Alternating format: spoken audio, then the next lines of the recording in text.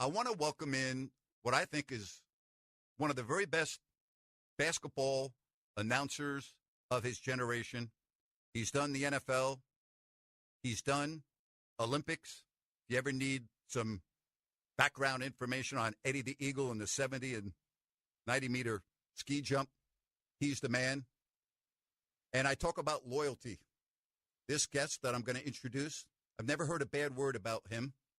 And I'll never forget December 2nd, 2007, at my dad's memorial. And I'm standing in front of everybody giving the eulogy. And I'm looking around the room. And who do I see in the back is Mike Breen. And I'll never forget that. Loyalty, great guy, tremendous announcer, but he's a better person than he is announcer. Mike, you're my first guest back here in Sacramento. How are you, buddy?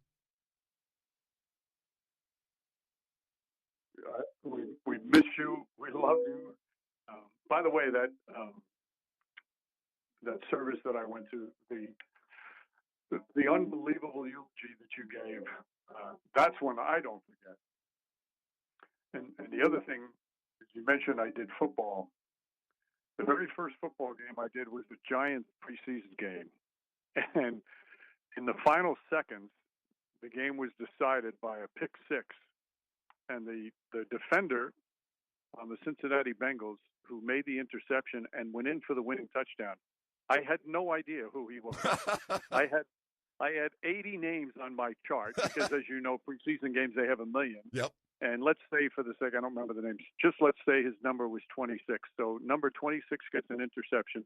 I look down at my charts. There is no number 26 in my charts. So here, the very first football game I've ever called, NFL game, the game-winning touchdown was scored by no one. I did not have his name, and I thought that would be the last football game I ever broadcast.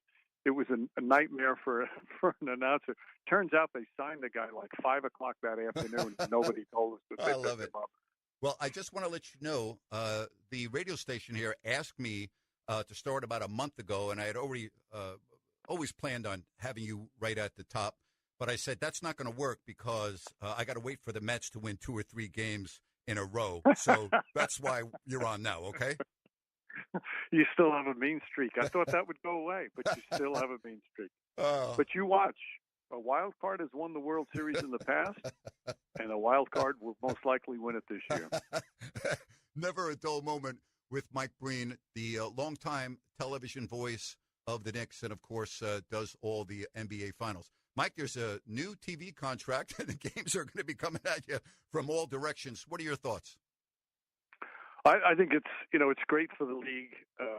Anytime you infuse new blood, new ideas, it's going to be exciting. And I think both Amazon and NBC are going to storm out of the gates. You know, they've got great crews, great announcers, and it's going to be fun. And I think the only sad part is that TNT was such an unbelievable tradition. The excellence which they broadcast year after year, the games, obviously the Inside the NBA, which of course is now going to be on ESPN, which is a wonderful thing. But you hate to see it. You hate to see it end because they were such an integral part of the growth of the NBA. You know, I remember back when I was first started working for NBC on the NBA, and they lost the NBA. It's heartbreaking. It's gut wrenching for anybody who's worked on it and has been able to be a part of it. So I have such compassion and feel for all the people at TNT. Hopefully they can somehow be a part of it in other situations or find other things.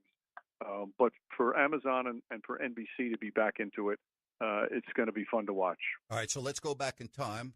You're in Salt Lake City, the Olympics. Eddie the Eagle, what stands out to you? What do you remember the most about him? Because he was crazy. Well, the thing I remember most about the ski jumping is that, like, I had never been on skis in my life, and here I'm announcing on network television a ski jumping event.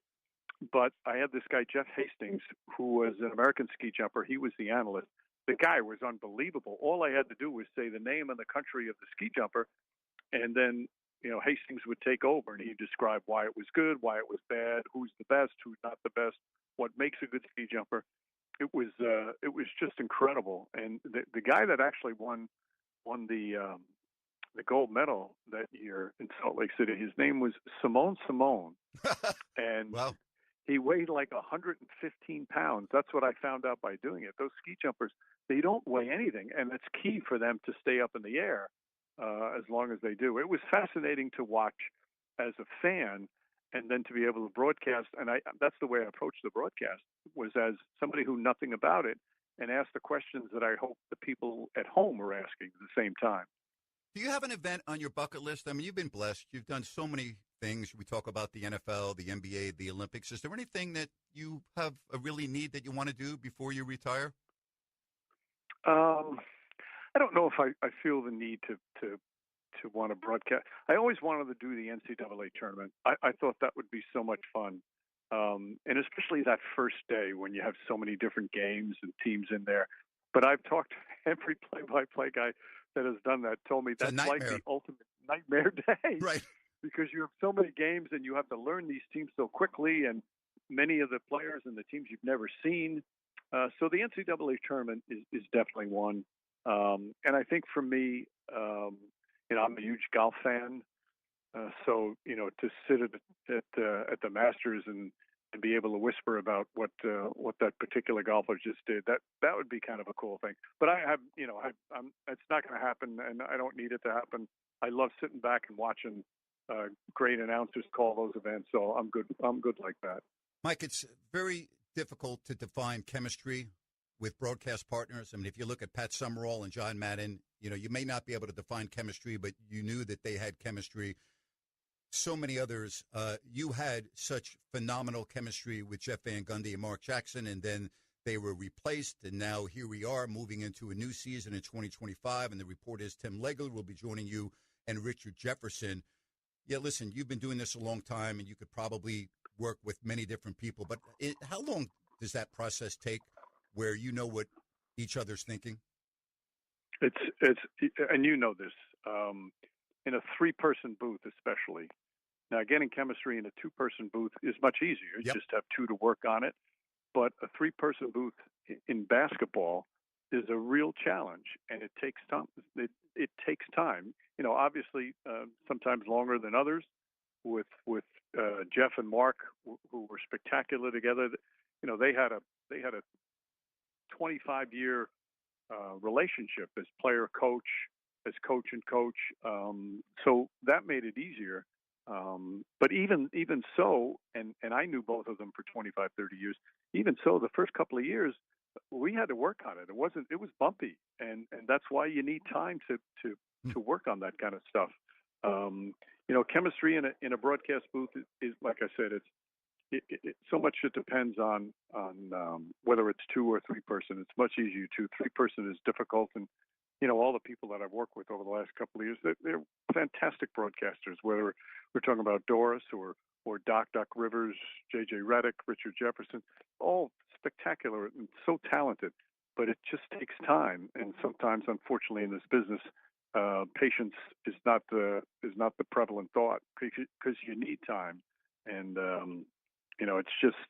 it's part of the challenges of what we do. Mike Breen joining us right here on Fox Sports Sacramento, the team that you cover on a fairly regular basis when you're not doing national games, every game behind the mic, courtside at MSG. The Knicks, who are coming off a banner year, just an incredible season, and then boom, they fired Tom Thibodeau. Were you surprised when that announcement was made a couple of weeks after the Knicks had been eliminated? No, certainly. It's the best season the franchise has had in 25 years, and he was responsible, a big part of the turnaround. I mean, the Knicks went through long stretches of not just bad seasons and non-playoff seasons, but really horrible seasons, 19-win type seasons. And he came in with Leon Rose, and they completely turned the franchise around in the right direction. And he won a Coach of the Year, and he just, last year again, for them to go to the conference finals and come so close to their first finals in so long, it certainly was a surprise. And that makes you wonder, like, why would they do that? Clearly, the front office has felt that for them to take the next step, they need to make a change. But it's a risky move. Yeah. Tibbs did a great job. There's no question Mike Brown's an excellent coach, and he has been under the spotlight. He's taken team to to the finals, and he's done it under the scrutiny in Los Angeles. So pressure's not going to bother him. He's a completely different kind of coach. But there's pressure on him now. I mean, Tibbs got him to the conference finals, and anything less than the finals is that's the whole thing, is to win a championship this year. So it's a risky move, but I think Mike Brown's the veteran guy that perhaps can bring a different touch to it than can get them to the next step. But Thibodeau did an amazing job there, and I know for sure Knicks fans are grateful for what he did. He takes criticism for not playing the bench that much and playing the starters too many minutes, but he gets results, and he's done it everywhere he's been. And he did a fantastic job in New York. Mike, I don't know if you remembered this, but in the early 2000s, you were calling a game at Arco Arena, and after the game, you came up to me and you said, listen, if you ever get sick, call me. I don't care where I am. I will fly out to announce a game here at this building. What do you remember the most about Arco Arena? You couldn't hear the person who was sitting next to you. It was crazed. They were such passionate fans. They had a fun, enjoyable team to root for those years you and I were talking about when it was Bibby and Weber and Peja Stojakovic. That group was amazing, and the bench mob that they had. It just had that atmosphere. You couldn't wait to do a game when you were a broadcaster, whether I was doing it for NBC at the time or whether I was doing it for MSG for a local Knicks telecast. It just lifted you up, and the crowd lifted you up as a broadcaster because they were so into the game. And the new place is great too. And they had, when they got to the playoffs a couple of years ago, it was a tremendous atmosphere. But Arco Arena it's in my top 5 loudest arenas of all time. That was just a special place. You know that better than anybody.